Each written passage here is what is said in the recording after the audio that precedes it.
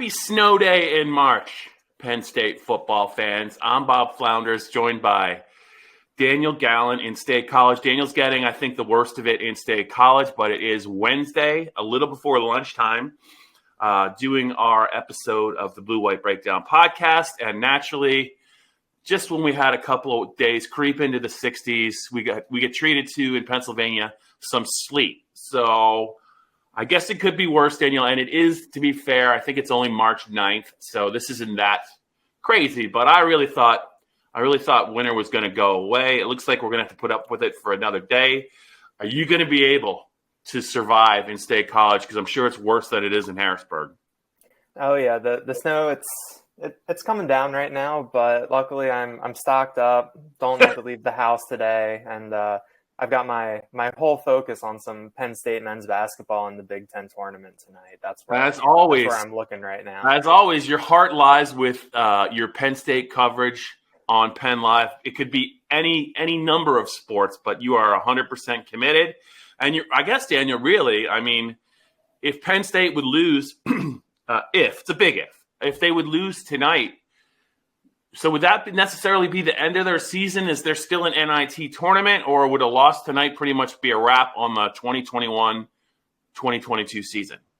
So they're in an interesting place. I think if they were to go on a run in the Big Ten tournament, they could end up in the NIT conversation, but they're not in that right now. There are those other tournaments that kind of float around, like the CBI.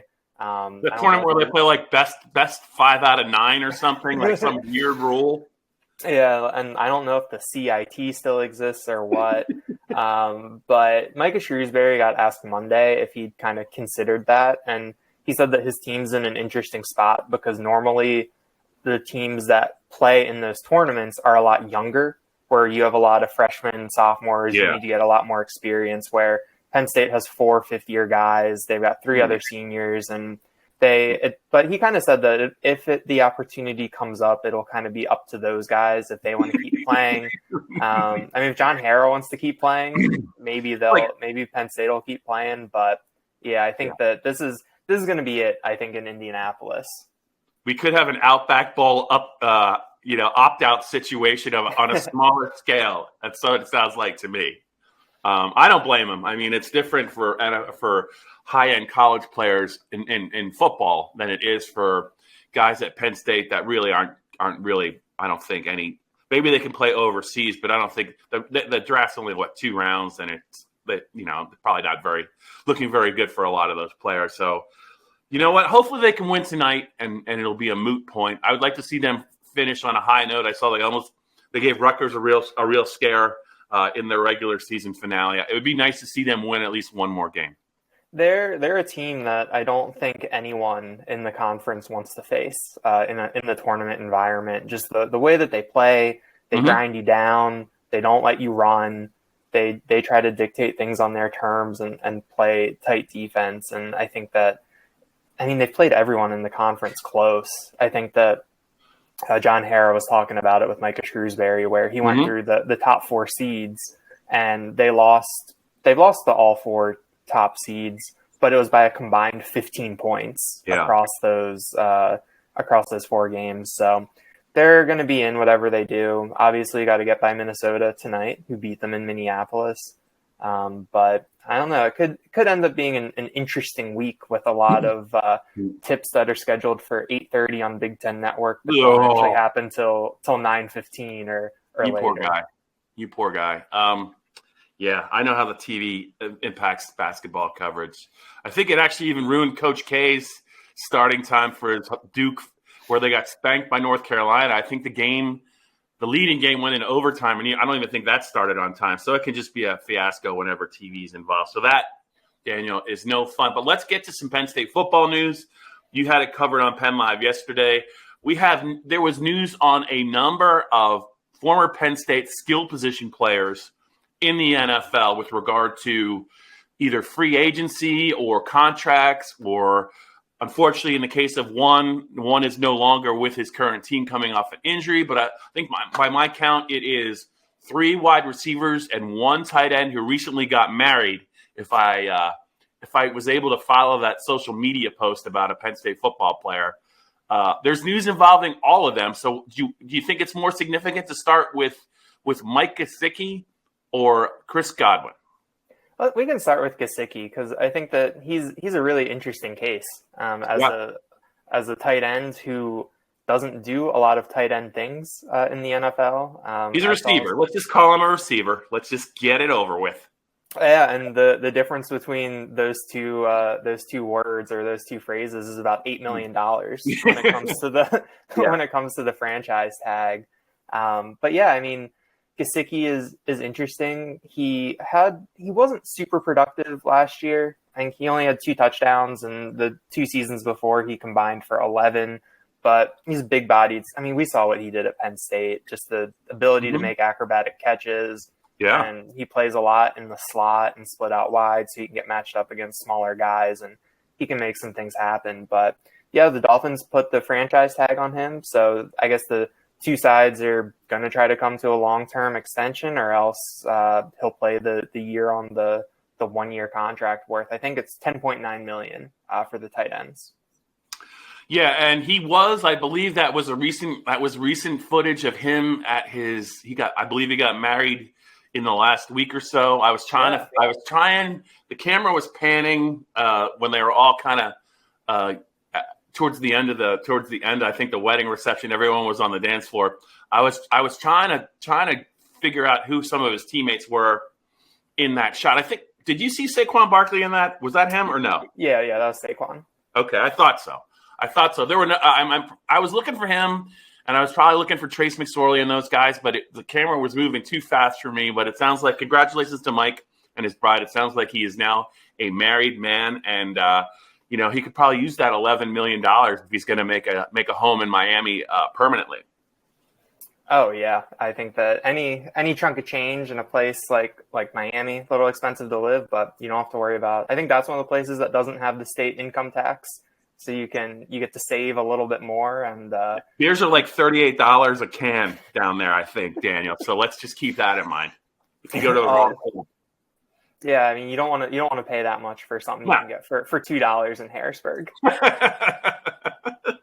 How about Chris Godwin and Allen Robinson? Lump them together. Chris Godwin tore his ACL, I think, towards the end of the Bucs regular season. Heck of a player. It sounds like they were looking to try and lock him up to a long-term deal. It fell through at the window closed. So he got tagged. But I think Allen Robinson, is he now officially free from being tethered to that awful, awful Chicago offense? So now that they have Justin Fields, he's leaving just when it's probably going to get good. Yeah, we can start with Robinson. I think that he is going to be a very interesting free agent on the market this year because he just has never played with good quarterbacks. Correct. He had Blake Bortles in Jacksonville, and then Mitch Trubisky in Chicago, and then last year the Justin Fields experience in the first year under Matt Nagy, which was not just. I really like Fields. I think he's going to be a good NFL quarterback. I don't have any doubt about that, but it just wasn't working last year, and I think that was an organization where he can definitely benefit from the changes there. But I think Robinson will be interesting because he's 28. I think he turns 29 later this year. He's well removed from that knee injury that he had in Jacksonville, and he was able to put up numbers. He had a 1,000-yard season in Chicago, which I was listening to another podcast, and they were going through like the all-time receiving leaders for the Bears. It's a bleak list. I was shocked by just the lack of good wide receivers that they've been there. So I think Robinson, he should be able to get a good deal. I think that he's someone who deserves to get the chance to test the open market, get paid. I don't think his production last year is indicative of the player that he is. So he'll be a fun one to track moving forward, I think. And I would say though, so like you said, he's going to be 29. He was his last season at Penn State was 2013. He had 1,000-yard seasons with Matt McGloin and Christian Hackenberg back to back. Bill O'Brien coached both teams. Just a dynamic player. I I remember he was not a coveted recruit. I think he was a 3-star recruit out of Michigan. Bill O'Brien, his first year, saw right away, I think, though. It was his second year at Penn State that he could be the feature guy in his offense, built the offense around him and the tight ends. But to my point, so he's made some nice money, I think, in the NFL, and he has not really played on very good teams. So I guess I'm wondering, when you're 29 in the NFL, not that is, not that he's – I think he can play for a few more years, but this is likely his last sizable contract. There's not a big market for like 33-year-old wideouts in the NFL. So I'm just wondering, Daniel, if Allen's at the point where maybe will he sacrifice some money to play at a more a situation more conducive to maybe a team that makes the playoffs?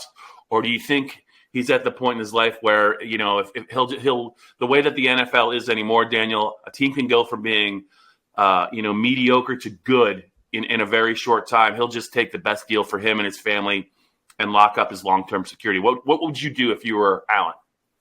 Yeah, that's a good question. I just pulled up his contract numbers from the Bears, and he made it looks like he made $17.8 million last year with the Bears. And so obviously you want to cash in if you have the opportunity. And I think that he's benefiting a little bit from the way the market is shaping up, with Godwin getting tagged and Devontae Adams getting tagged. Yes. So I think I'd need to look at the full list, but I think it's him and Amari Cooper are the two kind of big names out there. Mm-hmm. And so I think that he'll command a pretty good market, and those guys getting tagged pushes him up the pecking order a little bit.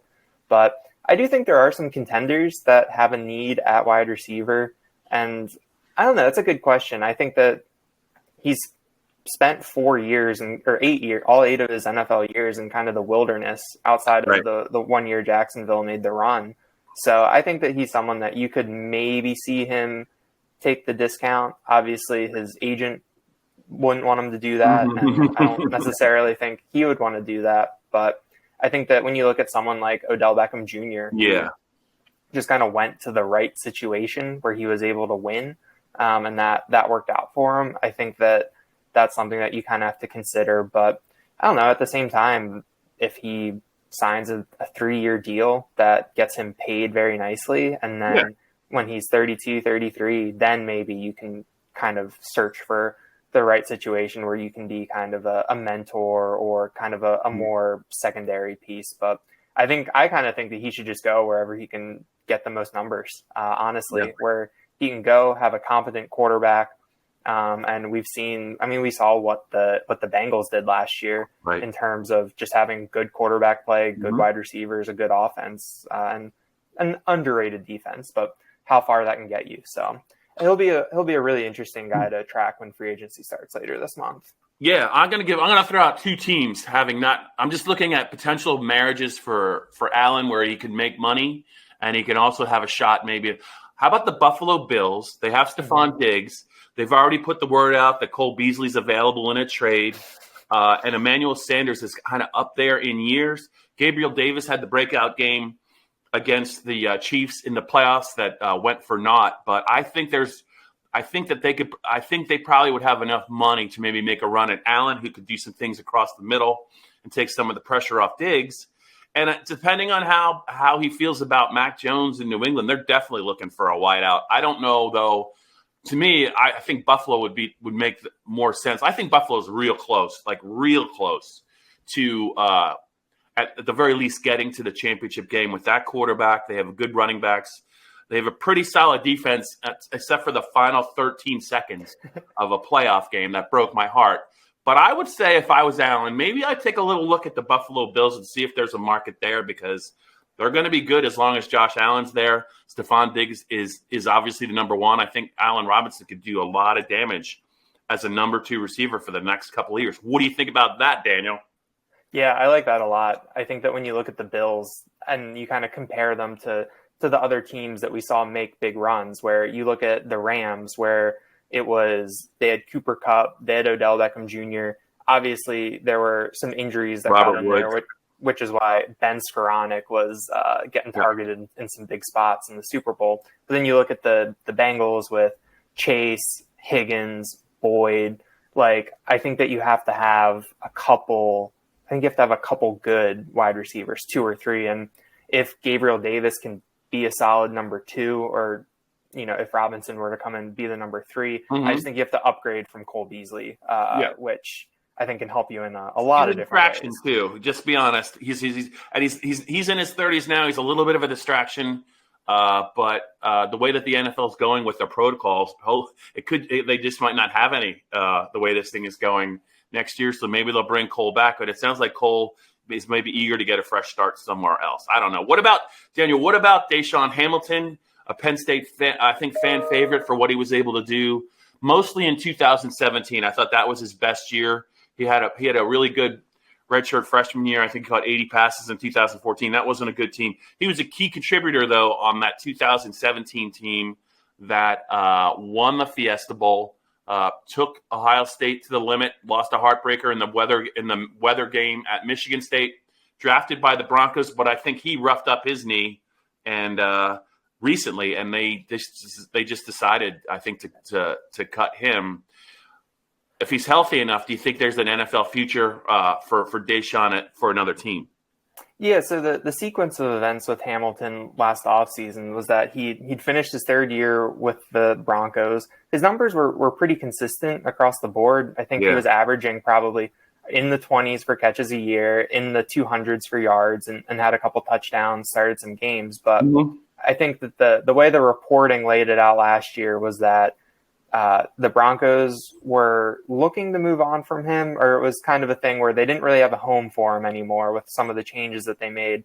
So they were prepared to trade him to the 49ers. And right before the trade went through, he tore up his knee training away from the facility. So that trade couldn't go through. So he was kind of, his season was done. I think I forget when that was last year, but it was a long time before the season started. So I think the fact that a team like the 49ers, with kind of what they have on offense and kind of their penchant for evaluating guys, I think the fact that they were interested in him bodes well. And then you look around at kind of all of the Shanahan disciples that have head coaching jobs. You look at Mike McDaniel is the new guy down in Miami. He was one of Shanahan's offensive coordinators. Maybe Hamilton can settle in somewhere. I don't know. Maybe depending on what his market is, maybe he can take a cheaper prove-it deal with the Packers. They're going to need some wide receiver help, and they're going to be up against it in terms of what they're paying some of these guys now. Yeah, in light of recent events, sure. So I know that was kind of when you look at kind of what is around. I mean, Matt LaFleur worked with Shanahan for a long time. So I think that you kind of can connect those dots, and I think that there will be enough landing spots for someone like DaeSean Hamilton.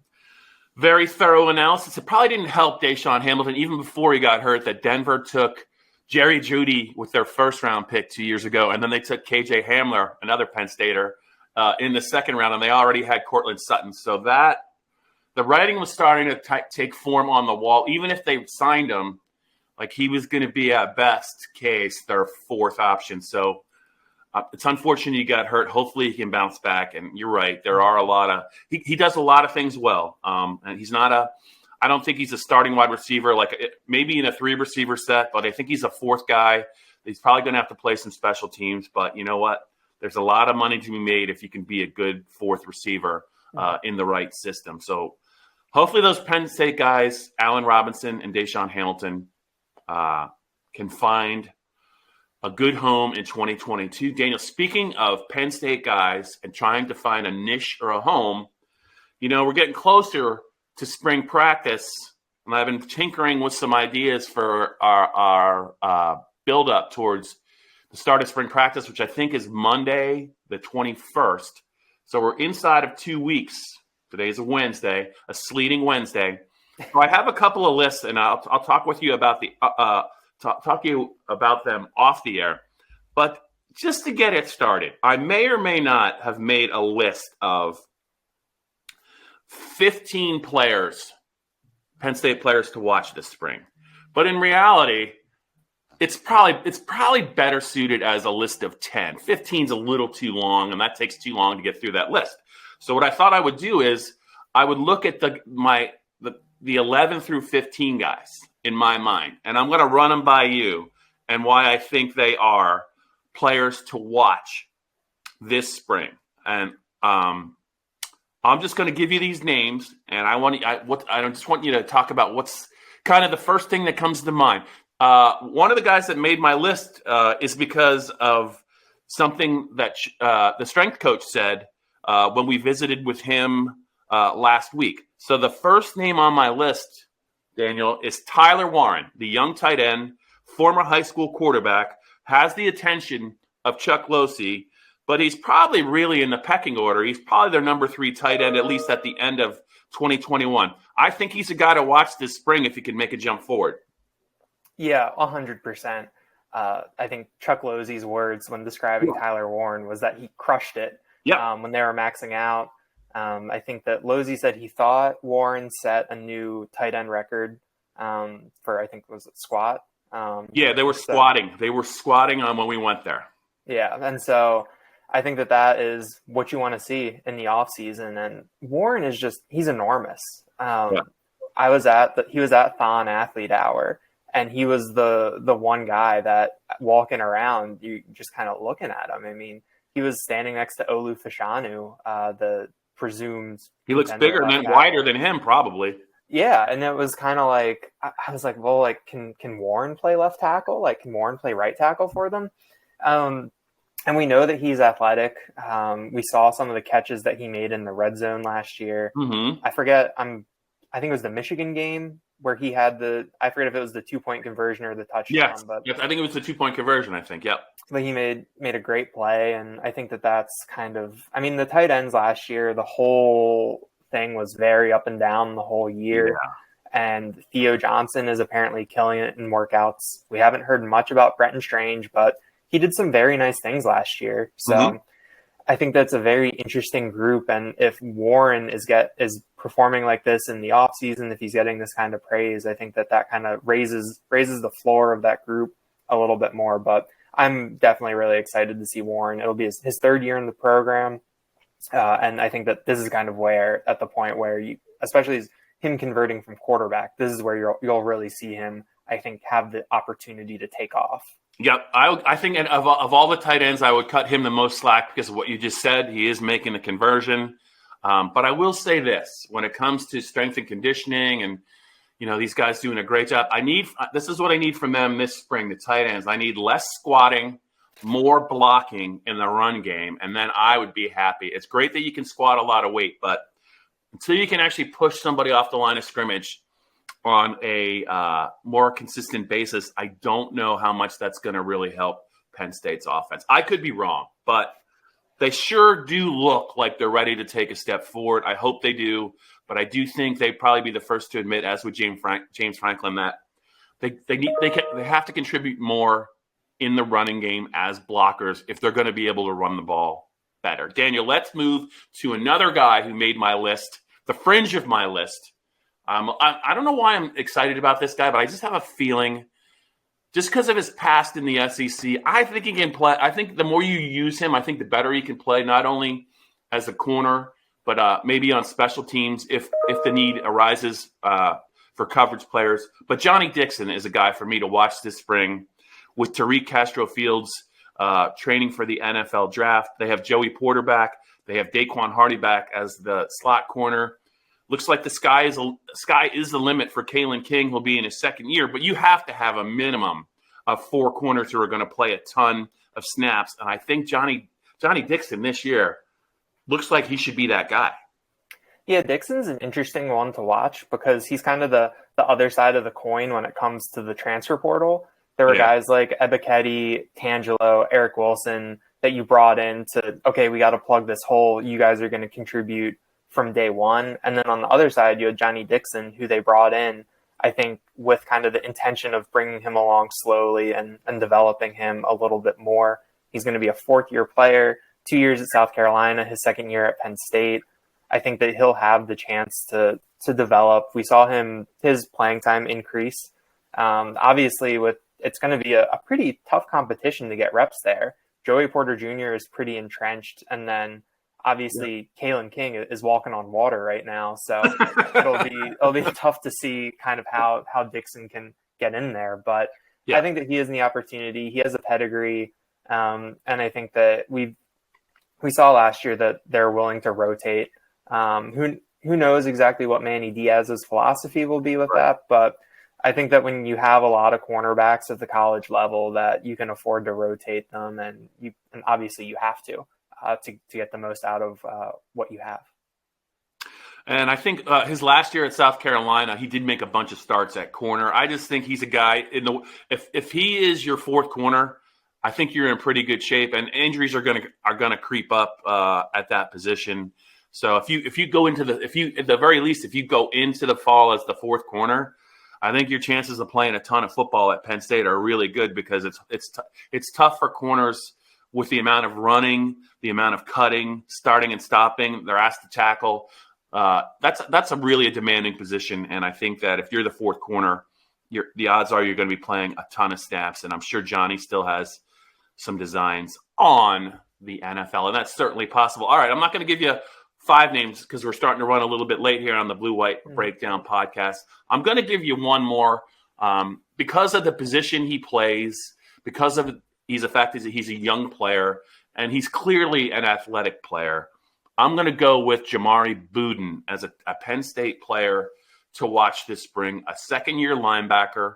They thought about playing him and Kobe King in the Outback Bowl, but if they would have burned their red shirt. They both played 4 games. They opted not to use them, probably wise. I think probably either player wanted to play in that game. But Buddin looks to me like a guy with 2 open starting linebacker spots with Brooks and Brandon Smith gone. I don't think any position is promised, I think, other than Curtis Jacobs' spot. So how do you see maybe the spring possibly playing out for Jamari Buddin? Yeah, I think the spring is going to be big for those redshirt freshmen, Buddin and Kobe King. I talked to Tyler Elsdon at Thon Athlete Hour and asked him about the redshirt freshmen, and he said that they've just been making really good strides, and he's really impressed with them. I think it's an interesting dynamic with 2 open starting spots.